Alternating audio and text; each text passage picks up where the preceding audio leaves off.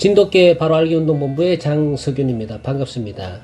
오늘은 섭정이 이야기 2부를 이어가겠는데요. 섭정이가 활동한 시기에 진도 경계의 상황을 이야기해볼까 합니다. 섭정이가 대구에 와서 활동한 시기가 2000년도 초에서 2004년도 10월까지인데요.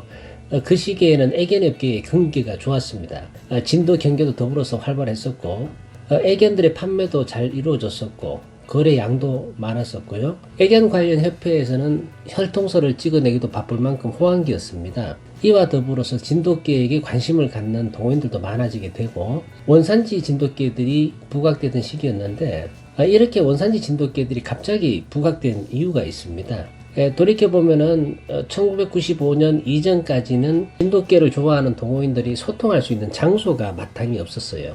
기껏해야 동네 한모퉁이에서 전문인들을 만나서 이야기를 듣거나 전람회가 열리면 이제 전람회 마당에 나가서 개들을 보고 전람회에서 나온 광고 책자를 통해서 정보를 얻기도 하고 좋은 개들이 보이면 그곳으로 직접 찾아가서 개들을 볼 수 있었던 그런 시절이었는데요. 1996년쯤부터 진돗개 동호회 사이트가 생기기 시작을 합니다. 그때부터는 진돗개를 좋아하는 동호인들이 가만히 앉아서도 소통을 하고 정보를 교류할 수 있는 플랫폼이 만들어졌다고 볼 수 있는데요. 이 시기가 매우 중요했던 것은 동호회 사이트 상에 새로운 이론이 등장을 했기 때문입니다. 1995년 이전까지는 진돗개의 기원을 12세기 때 몽골군이 우리나라를 침략했을 때 몽골견들이 들어와서 진돗개의 조상이 되었다는 설과 북방견인 티베탄 마스티프가 진돗개의 조상이 되었다는 진돗개 잡종설. 그러니까 진도섬에는 개가 살고 있었는데 몽골견이나 북방견 마스티프가 들어와서 잡종이 되었는데 이것이 진돗개의 기원이라는 근거 없는 주장이 수십 년 동안 진돗개 기원의 정설처럼 인식되었었지만 진돗개 동호회 사이트가 생기면서 정설처럼 여겨졌던 진돗개 잡종설을 정면으로 반박하는 이론들이 등장을 합니다. 새로운 이론이라는 것은 진돗개는 원시견, 자연견과 같은 맥락으로 바라봐야 한다라는 새로운 관점으로 진돗개의 형질을 재해석하기 시작을 한 겁니다. 진돗개는 몽골견이나 마스티프와의 잡종의 기원이 아니라 진돗개는 진도섬이라는 특수한 생태 환경에서 육지와 단절되어 있었기 때문에 원시견이나 자연견들이 갖는 고유 형질이 비교적 변질되지 않는 상태에서 유지되어 왔다라는 학술적인 가치에 준하는 이론들이 터져 나왔었고 다른 나라에도 진도섬처럼 고립된 지역에서 사는 진돗개와 형질이 일치하는 자연견들이 자생하고 있었고 고립된 곳에서 생태하는 원시견이나 자연견들의 면면을 관찰을 해보니 형태와 본능이나 습성이 동일하게 나타난다는 귀납적 추론을 통해서 진돗개의 형질을 새로운 관점으로 탐구를 하게 되는데요. 그 이후부터는 북방견 잡종설을 주장하시는 분들 본인들이 키우고 있는 개들을 합리화하고 자기의 개를 분양하기 위한 수단으로서만 기원을 주장하게 됩니다. 진돗개 기원을 몽골견이나 티베탄 마스티프의 후손이라고 인식을 하게 되면 여러 가지 문제점이 발생되게 되는데요. 다양한 형태를 모두 수용할 수 있는 기회를 주게 된다는 겁니다. 이를테면 머리가 엄청 커도 마스티프의 후손이라서 이해를 하고 귀가 접혀도 마스티프의 후손이라서 용서가 되고 구열이 심하게 늘어지거나 피부 가죽이 쭉쭉 늘어나도 마스티프의 후손이라서 용서가 되고 근육이 양이 많아도 마스티프의 후손이라서 이해가 되고 몸무게가 25kg 이상이 넘어가도 살이 피둥피둥하게 쪄도 마스티프의 후손이라서 용서가 되고 4대 3소여도 마스티프의 후손이고 흉심이 최고 대비 50% 이상이 넘어도 마스티프의 후손이라서 인정을 할 수 있고 이것은 귀에 길면 귀걸이, 코에 걸면 코걸이처럼 마스티프와의 잡종이 진돗개의 기원이기 때문에 다양한 모든 형태가 인정되어서 삼류 개장사들이 진돗개와 동떨어진 저급한 형태의 개를 분양하게 되어도 모든 형질에 대해서 당위성을 주장할 수 있게 됩니다. 아직도 마스티프와의 잡종설을 믿고 있는 분들이 계시겠지만 마스티프와의 잡종설은 이상한 형태의 개, 즉 진돗개와 동떨어진 형태의 개를 아무렇게나 분양을 해도 책임을 물을 수가 없습니다. 왜냐하면 다양한 변명으로 도피를 할 수 있기 때문입니다. 그러나 진돗개에 대한 이론이 등장하게 되면서 북방견, 몽골견, 마스티프와의 잡종설을 주장하시는 분들이 점차적으로 지위를 잃게 되는데요. 반대급부로 원산지 진돗개에 대한 관심이 높아졌고, 진돗개의 원산지는 진도섬이기 때문에 원산지의 개들을 분양받기 위한 동호인들이 많아지게 됩니다. 실제 1995년도부터 2005년 사이에 원산지에 있는 종개들이 엄청나게 육지로 많이 팔려나가게 됩니다.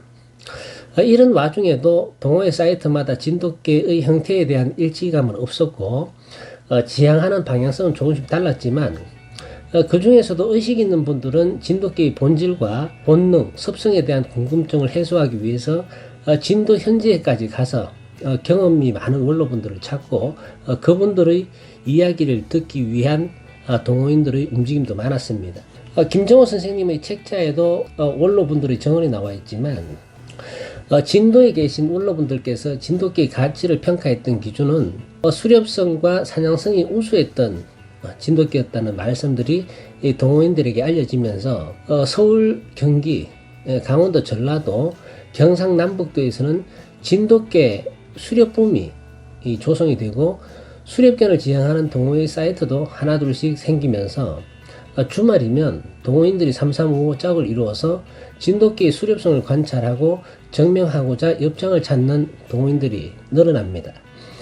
진돗개의 수렵성을 지향하는 동호회 사이트에서는 역과에 대해서 자랑도 하고 우수한 진돗개들의 정보가 교환되고 사냥 기능이 우수한 진돗개가 있으면 그게 몸값은 고가로 거래되기도 했으며 좋은 개가 있다고 하면 그곳이 어디든 그 개를 보기 위해서 동호인들이 몰렸던 시기였는데 그 시점에서 활동한 개가 섭정입니다. 당시에는 서로의 개를 관찰하고 본인의 개가 우수하다는 것을 증명하고자 동반 산행도 했었고 원정 산행도 많이 했었는데 제가 보유하고 있던 개를 구경하러 오시는 분들도 있었고 저 역시 우수한 개가 있다고 하면 저도 그 개들을 보기 위해서 거리가 아무리 멀어도 저의 개를 데리고 원정을 가기도 했습니다. 이맘때쯤 재밌었던 기억이 하나 있는데요.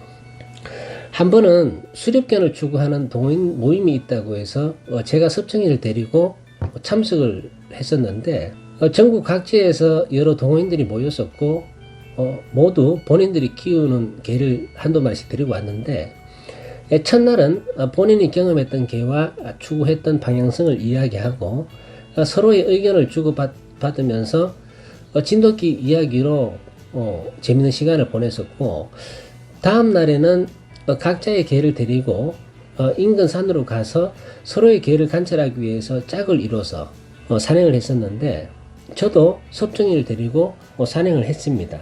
저와 섭정이는 다른 곳에서 온 동호인 두 분과 그분들이 데리고 온 수컷 한 마리와 섭정이를 같은 지역에 투입을 시켰는데 섭정이와 같이 산행을 했던 그 개의 존재는 제가 이미 알고 있을 만큼 혈통이 투명한 좋은 계보를 잇고 있는 개였었는데 그 개는 수컷이었지만 섭정이보다 체구가 조금 왜소했었고 그 높이를 가늠하자면 지면에서 어깨 높이까지 47에서 48cm 정도였고 몸무게는 많이 나가봐야 14에서 15kg 정도의 가벼워 보이는 수컷이었습니다. 처음에는 둘이서 두 마리가 이쪽 저쪽 이제 짐승이 있을 법한 곳을 수색하면서 잘 다녔었는데 그 이놈들이 짐승들의 짙은 내를 맞고 한 방향 쪽으로 수색을 하는 것이 보였습니다. 근데 수색을 좁은 통로에서 수색을 하다가 두 마리가 몸이 딱 부딪혔는데 그 순간에 작은 개가 섭정이를 물려고 공격을 했었는데 잠시간 섭정이가 어깨로 탁 밀어내면서 섭정이는 그 상태에서 그대로 내를 맞고 이제 할 일을 했었고 그 작은 개는 잠깐 멈춰 있었다가 이제 따로 행동을 했었는데 싸움이 일어나지 않아서 다행스러웠죠. 재밌었던 것은 이 상황을 봤던 분들이 해석이 서로 달랐었는데 물론 각자의 관점이 서로 다르기 때문에 해석도 각자의 몫이겠지만 작은 개가 섭정이를 공격했던 장면에서 그것을 봤던 분이 이런 이야기를 하는 거예요. 야, 그놈 당차다. 야, 작은 놈이 대단하다. 자, 이런 투로 그 상황을 이야기하는 거예요. 반대로 섭정이는 그 개의 기에 눌려서 피하는 것처럼 그런 뉘앙스를 이제 풍기는 것 같아서 기분이 조금 찜찜했었는데, 물론 그 개가 섭정이와 싸워서 이길 수도 있고 질 수도 있겠지만 그 상황에서 그런 해석이 나오는 건 저로서는 뜻밖이었습니다. 왜냐하면은 그 상황은 수색하려던 두 마리 개가 짐승의 흔적을 찾아서 움직이다가 몸이 부딪혔다고 공격하는 그런 상황이었거든요. 진돗개의 수렵성이라는 것은 야생에서 생태하고 있는 객가 동물들이 생존하기 위해서 필요한 본능이고, 진돗개들의 수렵성이라는 것은 이러한 본능이 유전적으로 남아있고 실제 옆장에 나가면 야생에서 살아가는 개들의 사냥 본능과 똑같은 행동들이 진돗개들에게 관찰된다는 것이 특징이거든요. 진돗개가 산에 가서 짐승을 포획하려는 행동은 굴러가는 공을 줍기 위한 행동도 아니고, 그레이하운드처럼 게임물을 쫓기 위해서 개량된 품종들이 보이는 행동과는 차이점이 있습니다.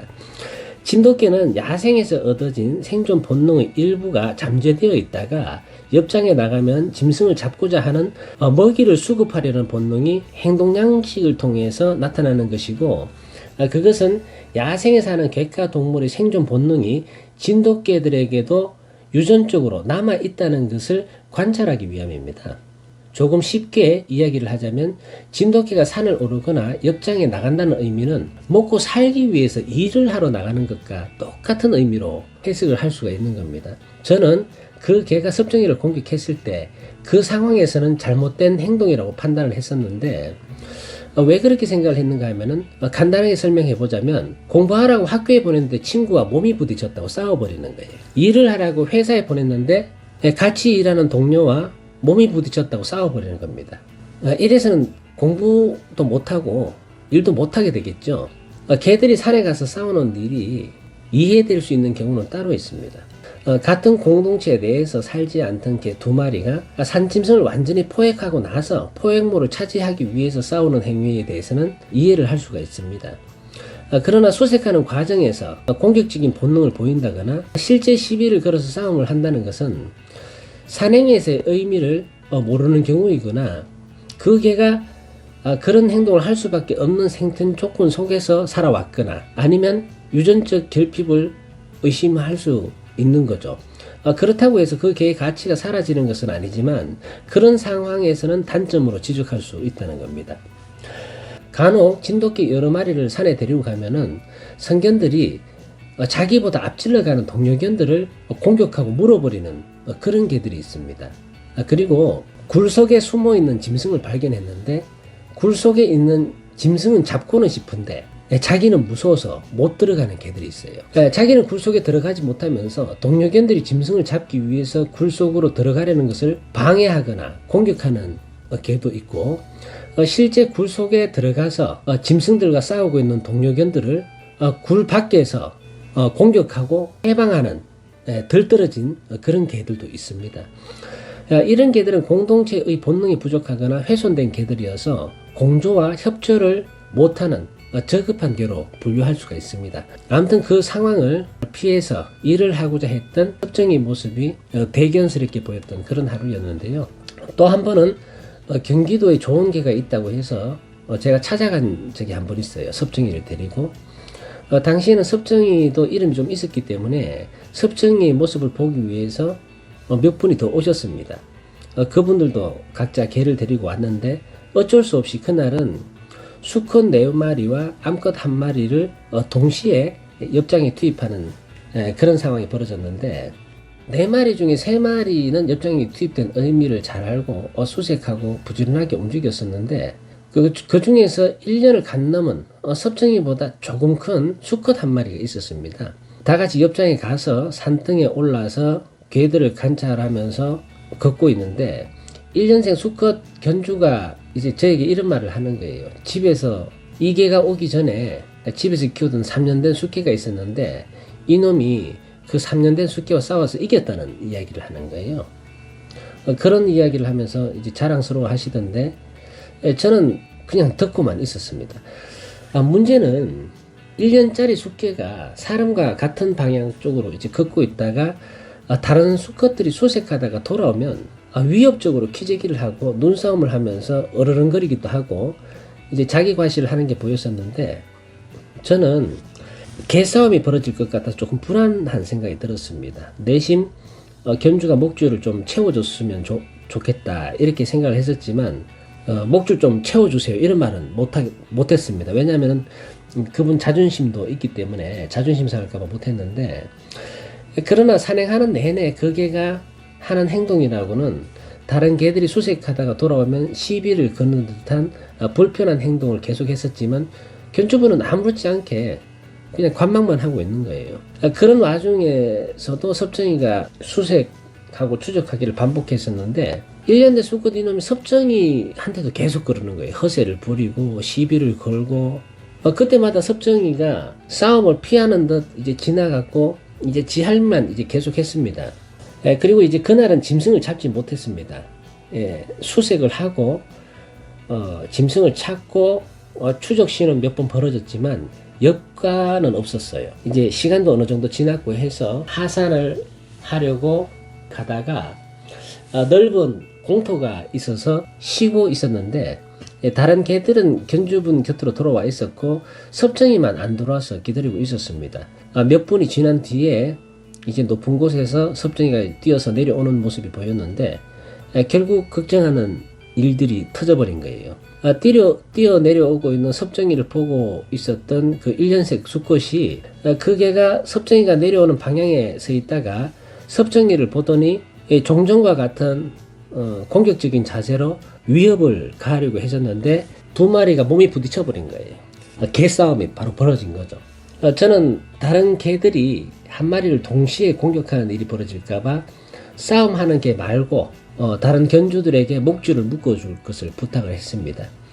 왜냐하면 잠깐이지만 집단적으로 한 마리의 개를 공격해버리면 큰 상처가 날 수 있고, 그래서 두 마리만 남겨두고 나머지 개들은 다 묶어버린 거죠. 그런데 싸움 한 지 몇 분도 안 됐어요. 잠깐이었는데 그 1년 된 그 수컷의 비명소리가 들렸고, 싸움이 끝나버린 거예요. 개를 얼른 말겨서 돌려 세워서 상황을 종료시킨 겁니다. 그날 동반 산행을 했던 분들은 경험이 많은 분들이었기 때문에 이런 상황이 벌어질 것이라는 것을 예상을 하고 있었어요. 저와 같은 마음으로 견주분에게 목줄을 묶으라고 이야기하고 싶지만 그분들도 말씀을 못 드린 겁니다. 저와 같이 걸으면서 개장을 했던 그분은 이제 본인의 개가 금세 비명을 지르면서 항복을 했기 때문에 기분이 많이 상했겠죠. 동호인 여러분들도 알아둘 것이 하나 있는데, 동반 산행을 할 때는 산행을 투입시킬 개의 성질이 호전적이고 투견 본능이 강한 개라면 동반 산행을 하지 않는 게 좋습니다. 산행을 하다가 싸움이 벌어지게 되면은 산행하는 의미가 없어지기도 하고, 또 심하게 싸워서 상처가 나게 되면 서로에게 미안한 일이 벌어지거든요. 제대로 된 산행을 할 수가 없습니다. 섭정이는 4년 동안 대구 농장에서 종견 역할을 했었고, 원정 산행을 하거나 원정 오신 분들에게 견주에 체면을 세워줬던 저희 대표견으로서의 역할을 톡톡히 했습니다. 그리고 좋은 추억을 많이 만들어 줬었는데, 문제는 농장 운영을 제대로 하지를 못했어요. 그래서 결국 대구 농장을 접어야 할 상황이 왔고, 그렇지만 이대로 포기할 수가 없어서 저는 진돗개와 관련된 일을 계속하기 위해서 경기도 마석으로 이주를 해야 했었는데, 섭정이도 데리고 갔습니다. 오늘 준비한 이야기는 여기까지로 하고요. 다음 시간에는 이 경기도로 섭정이와 같이 이주한 다음에 있었던 이야기를 준비를 해보겠습니다. 지금까지 들어주신 동호인 여러분 감사드리고요. 즐거운 애견 생활 되십시오.